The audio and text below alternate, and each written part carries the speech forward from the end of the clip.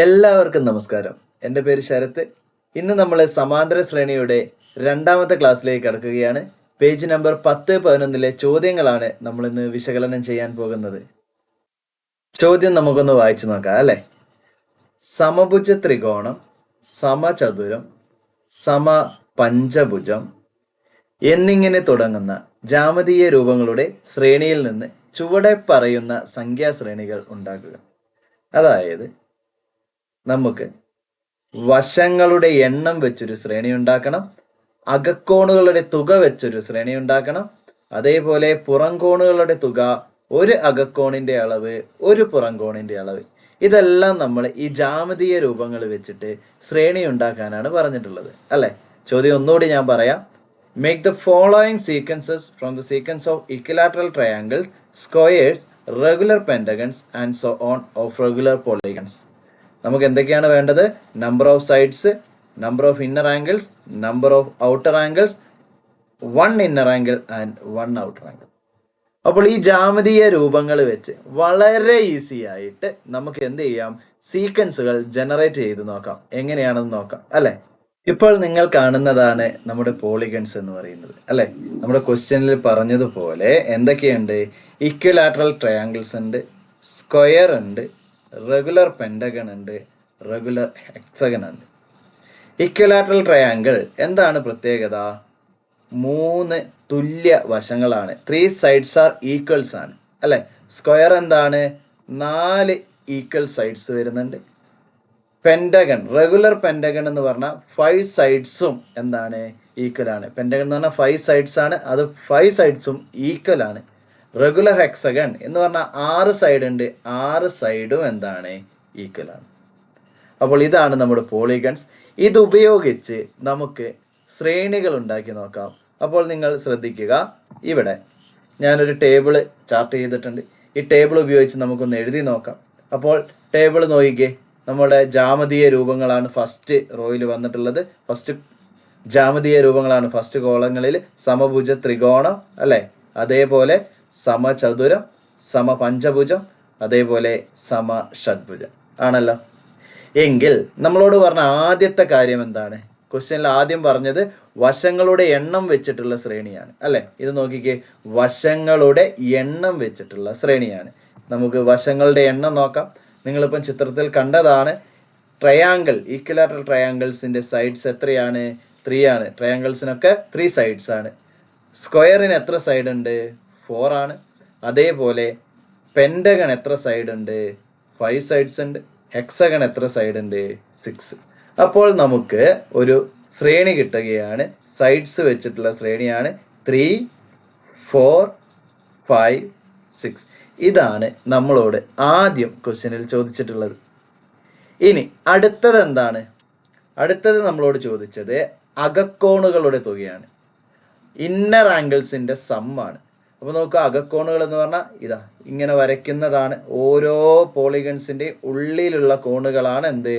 അകക്കോണുകൾ എന്ന് പറയുന്നത്. നിങ്ങൾക്ക് ചിത്രത്തിൽ നിന്ന് കാണാൻ പറ്റും അല്ലെ. ഇങ്ങനെ ഓരോന്നിനും വരയ്ക്കുന്നതാണ് എന്ത്? അകക്കോണുകൾ. അപ്പോൾ ഈ അകക്കോണുകളുടെ തുക കാണാൻ നമുക്കൊരു ഇക്വേഷൻ ഉണ്ട്. അതാണ് n-2 ഇൻറ്റു 180 ഡിഗ്രി. എന്താണ്? n-2 into 180 degree. n എന്ന് പറഞ്ഞാൽ നമ്പർ ഓഫ് സൈഡ്സ് ആണ്. അതായത് ട്രയാങ്കിൾ ആണെങ്കിൽ 3 ആയിരിക്കും, സ്ക്വയർ ആണെങ്കിൽ 4 ആയിരിക്കും, പെൻറ്റഗൺ ആണെങ്കിൽ 5 ആയിരിക്കും, ഹെക്സഗൺ ആണെങ്കിൽ 6 ആയിരിക്കും. എങ്കിൽ നമുക്ക് ഇന്നർ ആംഗിൾസിന്റെ സം ഒന്ന് കണ്ടു നോക്കാം. അപ്പോൾ ട്രയാങ്കിളിന് എത്ര സൈഡ്സ് ഉണ്ടെന്ന് നമുക്കറിയാം. എത്രയുണ്ട്? 3. അപ്പോൾ നമ്മുടെ ഇക്വേഷൻ പ്രകാരം ഇവിടെ നോക്കിയാൽ n-2 അല്ലെ, n-2 അത് 3 - 2 ആകും. അപ്പോൾ 1 എന്ന് കിട്ടും. 1 ഇൻറ്റു 180, അതായത് സം എന്ത് തന്നെ കിട്ടും നമുക്ക്? 180 ഡിഗ്രി. എങ്കിൽ ചതുരത്തിന് നോക്കിയേ, n-2 അപ്പോൾ 4 - 2 2 എന്ന് കിട്ടും. 2 ഇൻറ്റു 180 നമുക്ക് 360 എന്ന് കിട്ടും. സ്ക്വയേഴ്സിന്റെ ഇന്നർ ആംഗിൾ 360 ആണ് സമ്മ് വരുന്നത്. ഇനി പെൻറ്റഗൺ 5 സൈഡ്സ് ആണ്. അപ്പോൾ 5 - 2 n-2 എന്നുള്ളത് എന്താകുന്നു? 5 - 2 അപ്പോൾ 3 എന്ന് കിട്ടുന്നു. 3 ഇൻറ്റു 180 ഡിഗ്രി എത്രയാണ്? 540 ഡിഗ്രിയാണ്. ഹെക്സഗൺ ആണ് അടുത്തത്. അപ്പോൾ 6 - 2 n 6 ആണ്. അപ്പോൾ 6 - 2 4 ആണ്. 4 ഇൻറ്റു 180 ഡിഗ്രി നമുക്ക് കിട്ടുന്നത് 720 ഡിഗ്രി എന്നാണ്. എത്രയാണ്? 720 ഡിഗ്രി. എങ്കിൽ നമുക്ക് അടുത്ത ഒരു സീക്വൻസ് നമുക്ക് ഇവിടെ കിട്ടുകയാണ് അല്ലെ. നമുക്ക് അകക്കോണുകളുടെ തുക വെച്ചുള്ള സീക്വൻസ് ആണ് 180 ഡിഗ്രി. അടുത്തത് എന്താണ്? 360 ഡിഗ്രി. അടുത്തത് എന്താണ്?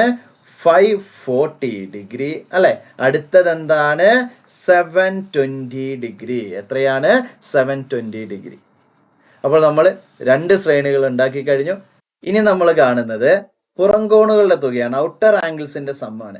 അപ്പോൾ എന്താണ് ഔട്ടർ ആംഗിൾസ് എന്ന് വെച്ചിട്ടുണ്ടെങ്കിൽ ഇതാ ഇവിടെ ഒരു ഈ ഈക്വലാറ്ററൽ ട്രയാങ്കിൾ നിങ്ങൾ നോക്കുക. ഇവിടെ ഞാൻ ഇങ്ങനെ വരയ്ക്കുന്ന, പുറത്ത് വരയ്ക്കുന്ന ഒരു ഇന്നർ ആംഗിളിന് ഇവിടെ വരുന്നതാണ്, പുറത്തായിട്ട് വരുന്നതാണ് അതിന്റെ ഔട്ടർ ആംഗിൾസ്. ഇപ്പോൾ ഇവിടെ നോക്കിക്കേ, ഇവിടെ ഞാൻ ഇങ്ങനെ നീട്ടി വരച്ചാൽ ഇതാണ് അതിന്റെ ഔട്ടർ ആംഗിൾസ്. ഇവിടെ നോക്കിക്കേ, ഇവിടെ ഞാൻ വരയ്ക്കുന്ന ഇതാണ് ഔട്ടർ ആംഗിൾസ്. കിട്ടിയല്ലോ. ചതുരത്തിന്റെ ഔട്ടർ ആംഗിൾസ് എങ്ങനെയായിരിക്കും വരിക? നമുക്കൊന്ന് നോക്കാം. നോക്കിക്കേ, ഇത് ഇതിന്റെ ഔട്ടർ ആംഗിൾ ആണ്. ഇവിടെ വരയ്ക്കുകയാണെങ്കിൽ നമുക്ക് ഇവിടെ ഇത് ഔട്ടർ ആംഗിൾ ആണ്. ഇവിടെ നോക്കിക്കേ, ഇങ്ങനെ വരച്ചാൽ ഇത് ഔട്ടർ ആംഗിൾ ആണ്. ഇവിടെ നോക്കിക്കേ, ഇതും ഔട്ടർ ആംഗിൾ ആണ്. ഇങ്ങനെ ഓരോന്നിന്റെയും എല്ലാ പോളിഗൺസിന്റെയും പുറത്തുള്ള കോണുകളുടെ സമ്മാണ് ചോദിച്ചത്. വളരെ ഈസിയാണ്. വളരെ ഈസി എന്ന് പറഞ്ഞാൽ വളരെ ഈസിയാണ്. നമുക്ക് എല്ലാ പോളിഗൺസിന്റെയും ഔട്ടർ ആംഗിൾസിന്റെ സം എന്ന് പറയുന്നത് എപ്പോഴും 360 ഡിഗ്രി ആണെന്ന് ഓർത്ത് വെക്കുക. എല്ലാത്തിൻ്റെയും മറന്നുപോണ്ട, എല്ലാ പോളിഗൺസിൻ്റെയും ഔട്ടർ ആംഗിൾസിന്റെ സം എത്രയാണ്? 360 ഡിഗ്രി അല്ലെ. അപ്പൊ നമുക്ക് ഈക്വലാറ്ററൽ ട്രയാങ്കിൾ 360 ഡിഗ്രി ആണ്, സ്ക്വയർ 360 ഡിഗ്രി ആണ്, റെഗുലർ പെൻഡഗൺ ഔട്ടർ ആംഗിൾ കൂട്ടിയാൽ 360 ഡിഗ്രി ആണ്, ഹെക്സഗൺ ഔട്ടർ ആംഗിൾ കൂട്ടിയാൽ എത്രയാണ്? 360 ഡിഗ്രി ആണ്. അപ്പോൾ ഓർത്തു വെക്കുക, നമ്മൾ പഠിച്ചു എല്ലാ പോളിഗൺസിന്റെയും ഔട്ടർ ആംഗിൾസ്, പുറം കോണുകളുടെ തുക എപ്പോഴും 360 ഡിഗ്രി ആണ്. അകക്കോണുകളുടെ തുക n-2 ഇൻറ്റു 180 ഡിഗ്രി ആണ് അല്ലെ. ഇനി നമ്മുടെ അടുത്ത ശ്രേണി അല്ലെ. അടുത്ത ശ്രേണി എന്ന് പറയുമ്പോൾ നമുക്ക് ഇത് പുറം കോണുകളുടെ ശ്രേണി ഒന്ന് എഴുതാം. എല്ലാത്തിൻ്റെയും എന്തായിരിക്കും വരിക? 360 ഡിഗ്രി. എല്ലാത്തിൻ്റെയും എന്താണ് വരിക? 360 ഡിഗ്രി ആണ് വരിക. ഇനി നമ്മളോട് ചോദിച്ചത് ഒരു അകക്കോണിന്റെ അളവാ. ഒരകക്കോണിന്റെ അളവ്. ഒരകക്കോണിന്റെ അളവ് കിട്ടാൻ നമ്മൾ ചെയ്യേണ്ടത് എന്താ? മൊത്തം അകക്കോണുകൾ കൂട്ടിയാൽ കിട്ടുന്ന സമ്മിനെ അതിൻ്റെ അകക്കോണുകളുടെ എണ്ണം കൊണ്ട്, നമ്പേഴ്സ് കൊണ്ട് ഡിവൈഡ് ചെയ്യും. അപ്പൊ നമുക്ക് നോക്കാം. ഈക്വലാറ്ററൽ ട്രയാങ്കിൾസ് നമുക്കറിയാം, ഇന്നർ ആംഗിൾസിന്റെ സം എത്രയാണ്? 180 ഡിഗ്രി ആണ്. എത്ര കോണുകളുണ്ട്? നോക്കിക്കേ, എത്ര കോണുകളുണ്ട്? 1, 2, 3 കോണുകളുണ്ട് അല്ലെ. അപ്പൊ നമുക്ക് 3 കൊണ്ട് ഡിവൈഡ് ചെയ്യാം. 180 ഡിവൈഡഡ് ബൈ 3 നമുക്ക് കിട്ടുന്നത് എത്രയാണ്? 60 ഡിഗ്രിയാണ്. എത്രയാണ്? 60 ഡിഗ്രിയാണ്. ഇനി സ്ക്വയറിന്റെ ഇന്നർ ആംഗിൾസിന്റെ സം എന്താണ്? 360 ഡിഗ്രിയാണ്. എത്ര ഇന്നർ ആംഗിൾ ഉണ്ട്? 4 എണ്ണം ഉണ്ട്. 360 ഡിവൈഡഡ് ബൈ 4 നമുക്ക് കിട്ടുന്നത് എത്രയാണ്? 90 ഡിഗ്രിയാണ്. റെഡിയാണല്ലോ. എങ്കിൽ അടുത്തത് പെൻഡഗൺ ആണ്. പെൻഡഗണിന്റെ അകക്കോണുകളുടെ തുക 540 ഡിഗ്രിയാണ്. നമ്മൾ അതിനെ എത്ര കൊണ്ട് ഡിവൈഡ് ചെയ്യണം? 5 കൊണ്ട് ഡിവൈഡ് ചെയ്യണം അല്ലെ. എത്ര അകക്കോണുകളുണ്ട്? 5 അകക്കോണുകളുണ്ട്. അങ്ങനെയാണെങ്കിൽ നമുക്ക് എത്ര കിട്ടുന്നു? എത്ര കിട്ടുന്നു പറഞ്ഞേ? 108 ഡിഗ്രി. ഒരകക്കോണിന്റെ തുക എത്രയാണ്? 108 ഡിഗ്രി.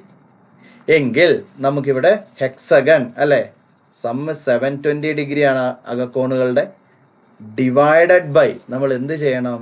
6 ചെയ്യണം. നമുക്ക് കിട്ടുന്നത് 120 ഡിഗ്രിയാണ്. എത്രയാണ്? 120 ഡിഗ്രി. അപ്പൊ നമുക്ക് അടുത്ത ശ്രേണി കിട്ടി. നമ്മുടെ ശ്രേണി എങ്ങനെയാണ്? 60 ഡിഗ്രി അല്ലെ, 90 ഡിഗ്രി. അടുത്തത് എത്രയാ? 108 ഡിഗ്രി. അടുത്തത് എത്രയാ? 120 ഡിഗ്രി. ക്ലിയർ ആണല്ലോ. ഇനി നമുക്ക് ഒന്നും കൂടിയുള്ളൂ. എന്താണ്? ഒരു പുറംകോണിന്റെ അളവ്. അപ്പോൾ ഇതേപോലെ പുറംകോണിന്റെ അളവ് കിട്ടാൻ പുറംകോണുകളുടെ സമ്മ് ഡിവൈഡഡ് ബൈ എണ്ണം നമ്പർ ചെയ്താൽ മതി.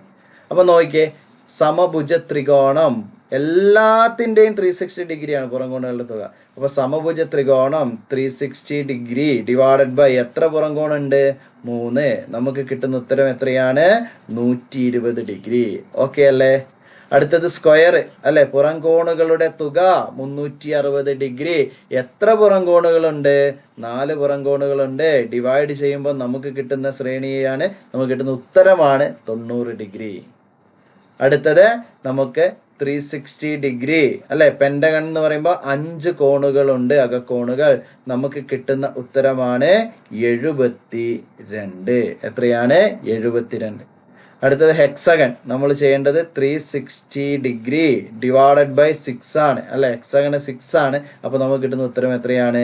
60 ഡിഗ്രി. അപ്പോൾ നമ്മുടെ പുറംകോണിന്റെ അളവിന്റെ ശ്രേണിയാണ് 120 ഡിഗ്രി, അതേപോലെ 90 ഡിഗ്രി, 72 ഡിഗ്രി, 60 ഡിഗ്രി. അപ്പോൾ നമ്മളെ ടെക്സ്റ്റ് ബുക്കിലെ 10ാമത്തെ പേജിലെ ചോദ്യമാണ്. ജാമിതീയ രൂപങ്ങൾ ഉപയോഗിച്ച് നമ്മൾ ഓരോന്നിൻ്റെയും വ്യത്യസ്ത ശ്രേണികളാണ് ഉണ്ടാക്കിയിട്ടുള്ളത്. ഇനി നമുക്ക് അടുത്ത ചോദ്യം എന്താണെന്ന് നോക്കാം. നോക്കിക്കേ, നമ്മൾ അടുത്ത ചോദ്യം, 2ാമത്തെ ചോദ്യം, പൊട്ടുകൾ അടുക്കി ത്രികോണങ്ങൾ ഉണ്ടാക്കാം അല്ലെ. ഓരോ ത്രികോണത്തിലുമുള്ള പൊട്ടുകളുടെ എണ്ണം എഴുതുക. തുടർന്നുള്ള 3 ത്രികോണങ്ങൾ ഉണ്ടാക്കാൻ വേണ്ട പൊട്ടുകളുടെ എണ്ണം കണക്കാക്കുക. Look at this triangles made with dots. How many dots are there in each അല്ലെ. Compute the number of dots needed to make the next 3 triangles. അപ്പോൾ നമുക്കൊന്ന് ചെയ്ത് നോക്കാം എന്താണ് ഇവിടെ ശ്രേണിയായിട്ട് കിട്ടുന്നത് എന്ന്. റെഡിയാണല്ലോ? നിങ്ങൾക്കിപ്പോൾ ചിത്രത്തിൽ നോക്കിയാൽ മനസ്സിലാവും. നോക്കിക്കേ, 1ാമത്തെ ത്രികോണം അല്ലെ, 1ാമത്തെ ത്രികോണം, ഇത് 2ാമത്തെ ത്രികോണം, ഇതെന്താണ്? 3ാമത്തെ ത്രികോണം. എങ്കിൽ നോക്കുക, 1ാമത്തെ ത്രികോണത്തിൽ എത്ര ഡോട്ടുകൾ ഉണ്ടെന്ന് നമുക്കൊന്ന് നോക്കാം. ഇവിടെ 3 ഡോട്ടുകളുണ്ട് അല്ലെ. 2ാമത്തെ ത്രികോണത്തിൽ 1, 2, 3, 4, 5, 6 ഡോട്ടുകളുണ്ട് അല്ലെ. 3ാമത്തേൽ 1, 2, 3, 4, 5, 6, 7, 8, 9, 10 ഡോട്ടുകളുണ്ട്. ഇനി എൻ്റെ കൂട്ടുകാർ നല്ലവണ്ണം ചിത്രത്തിലേക്കൊന്ന് നോക്കിക്കേ. ആദ്യത്തെ ത്രികോണത്തിൽ നിന്ന് 2ാമത്തെ ത്രികോണത്തിലേക്ക് വന്നപ്പോൾ നമുക്ക് 3 ഡോട്ടുകൾ അധികം കിട്ടിയിട്ടുണ്ട്. 3 ഡോട്ടുകൾ അധികം വന്നു അല്ലെ.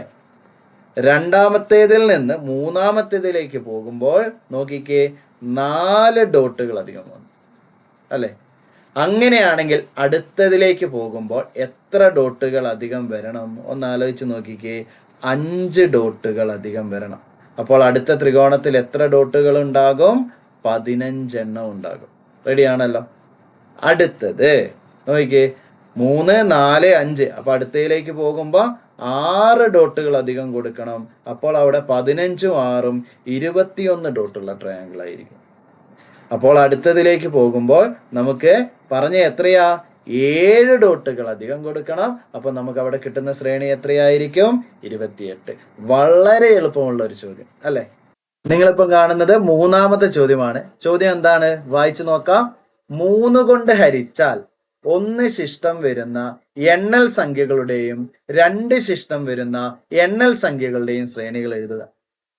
Write down the sequence of natural numbers leaving remainder 1 on division by 3 and the sequence of natural numbers leaving remainder 2 on division by 3. അപ്പൊ എന്താണ് നാച്ചുറൽ നമ്പർ അല്ലെങ്കിൽ എണ്ണൽ സംഖ്യ? നമുക്ക് ഒന്നുകൂടി ഒന്ന് ഓർത്തു നോക്കാം അല്ലെ. നിങ്ങൾ നോക്കിക്കേ, നമ്മള് എണ്ണാൻ ഉപയോഗിക്കുന്ന, അതായത് 1 മുതൽ എഴുതുന്ന സംഖ്യകളെ പറയുന്നതാണ് എണ്ണൽ സംഖ്യകൾ. 1, 2, 3, 4, 5, 6, 7, 1 മുതൽ അങ്ങോട്ടുള്ള എല്ലാ സംഖ്യകളെയും നമ്മൾ വിളിക്കുന്ന പേരാണ് എണ്ണൽ സംഖ്യകൾ അല്ലെങ്കിൽ നാച്ചുറൽ നമ്പർ. എണ്ണൽ സംഖ്യക്ക് പറയുന്ന മറ്റൊരു പേരാണ്, ഓർത്തു വെച്ചോളുക, നിസർഗ സംഖ്യ. എന്താണ് പറയുക? നിസർഗ സംഖ്യ. എണ്ണൽ സംഖ്യക്ക് നമ്മൾ നിസർഗ സംഖ്യ എന്നും പറയുന്നു. ഇനി നമ്മുടെ ചോദ്യം എന്താണ്? 3 കൊണ്ട് ഹരിച്ചാൽ ശിഷ്ടം 1 വരുന്ന എണ്ണൽ സംഖ്യകളുടെ ശ്രേണി ആദ്യം എഴുതണം നമ്മൾ അല്ലെ. അപ്പോൾ നമുക്ക് ശിഷ്ടം 1 വരേണ്ടത്.